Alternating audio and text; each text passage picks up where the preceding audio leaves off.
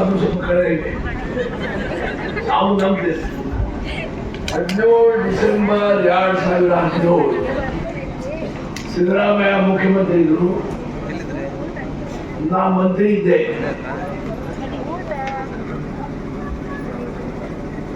ನಮ್ಮ ಅಭ್ಯರ್ಥಿಯವರ ಯಜಮಾನರು IGP ಇದ್ರು. IGP ಇದ್ರು. ಆ ಸಮಯ ಆಕಸ್ಮಿಕ ಆಗಿ ನನಗೆ ಇನ್ಫಾರ್ಮೇಶನ್ ಬಂತು,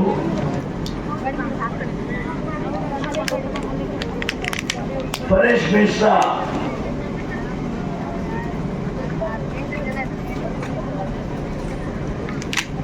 ಒಬ್ಬ ಯುವಕನ ಸಾವಿನ ಶವ ಮನ್ನಾವರದ ಒಂದು ಕೆರೆಯಲ್ಲಿ ಸಿಕ್ತು. ಅದಕ್ಕೆ ಕೆಲವು ನಮ್ಮ ಬಿಜೆಪಿ ಸ್ನೇಹಿತರು ಇದು ನ್ಯಾಚುರಲ್ ಡೆತ್ ಅಲ್ಲ, ನ್ಯಾಚುರಲ್ ಸಹಜ ಸಾವಲ್ಲ, ಇವನ ಕೊಲೆ ಆಗಿದೆ ಅಂತ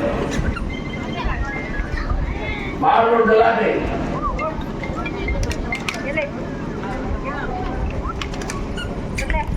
ನಾವು ಸ್ಥಳಕ್ಕೆ ಹೋದೆ,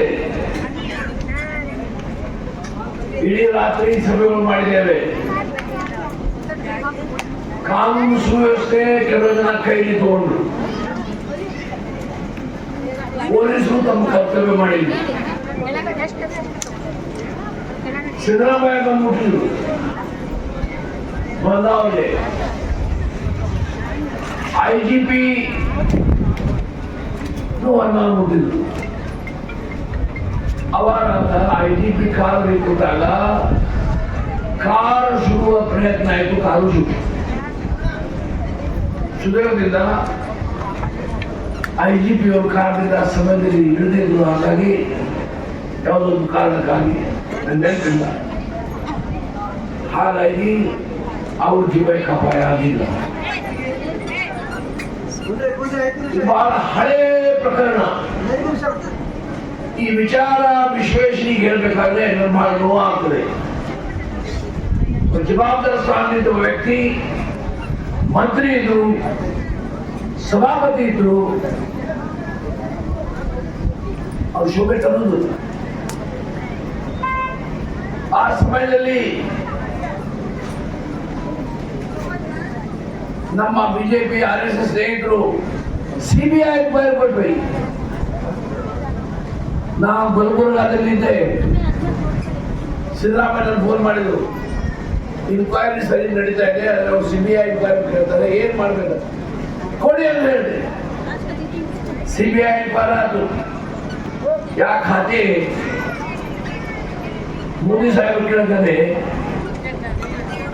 ವಿಶ್ವೇಶ್ವರ ಪಕ್ಷದ ಅಧೀನದಲ್ಲಿ ಅವರು ಇನ್ಕ್ವೈರಿ ಮಾಡಿ ಇದು ನ್ಯಾಚುರಲ್ ಡೆತ್ ಅಂದ್ರೆ ಕೊಲೆ ಅಲ್ಲ, ಸಹಜ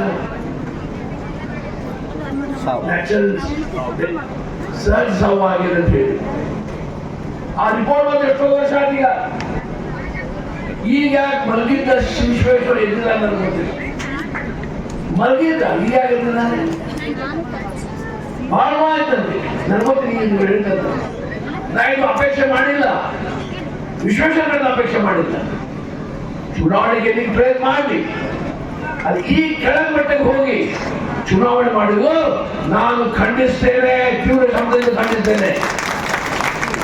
ಅವನಿಂದ ಧೈರ್ಯ ಇದ್ರೆ ಯಾವ ವೇದಿಕೆಯಲ್ಲಿ ಬರ್ತಾರೆ ಅಂತ ಹೇಳ್ಬೇಕು, ಆ ವೇದಿಕೆಯಲ್ಲಿ ನಾವು ಹೋಗ್ತೇವೆ. ಸುಳ್ಳಾಟಲ್ಲ, ಮತ ಕೇಳಿ ಸ್ಪರ್ಧೆ ಮಾಡಿ ನಿಂತರ ಮಾಡಬೇಕು. ಅದು ಈ ತರದ ಕೆಳಗೆ ಮಟ್ಟದ ರಾಜಕಾರಣ ಮಾಡಬಾರ್ದು. ಮನಸ್ಸು ನಿಜವಾಗಿ ಮನಸ್ಸನ್ನು ವಿಶ್ವಾಸ ಕಡೆ ನೀವು ಮಾತುಕೊಳ್ಬಾರ್ದು. ಮೊದಲ ವಿಶ್ವೇಶ್ವರ ಮಾತಾಡೋದಿಲ್ಲ. ನಿಮ್ಮ ಎಮ್ ಎಲ್ ಎ ಇಲ್ಲ, ನಿಮ್ಮ ಎಮ್ ಎಲ್ ಇದ್ರಲ್ಲ, ಈ ಎಮ್ ಎಲ್ ಅದಾನ. ಹೌದಲ್ಲ, ಮುಂಚಿದ್ರಮ್ಮ ಮೊದಲ ಮಾತಾಡೋದಿಲ್ಲ, ಅಭಿವೃದ್ಧಿ ಮಾಡಿ ಗೊತ್ತಿಲ್ಲ.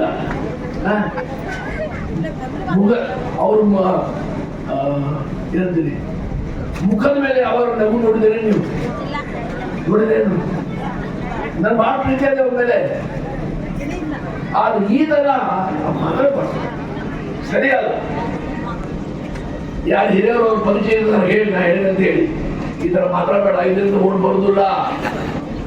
ಜಾಣ ಮತದಾರರು ಜಾಣರಿದ್ದಾರೆ, ಇದರಿಂದ ಮತಗಳು ಬಿಜೆಪಿ ಕಡಿಮೆ ಆಗ್ತಾ ವಿನ ಹೆಚ್ಚಾಗುವುದಿಲ್ಲ. ಒಬ್ಬ ಜನಪ್ರತಿನಿಧಿ ಆಗುವ ವ್ಯಕ್ತಿ ಈ ಪ್ರಕಾರ ಸತ್ಯಕ್ಕೆ ದೂರವಾದ ವಿಚಾರ ಮಾತಾಡಿದರೆ ಪಾರ್ಲಿಮೆಂಟ್ ಹೋಗಿ ಮಾನವ.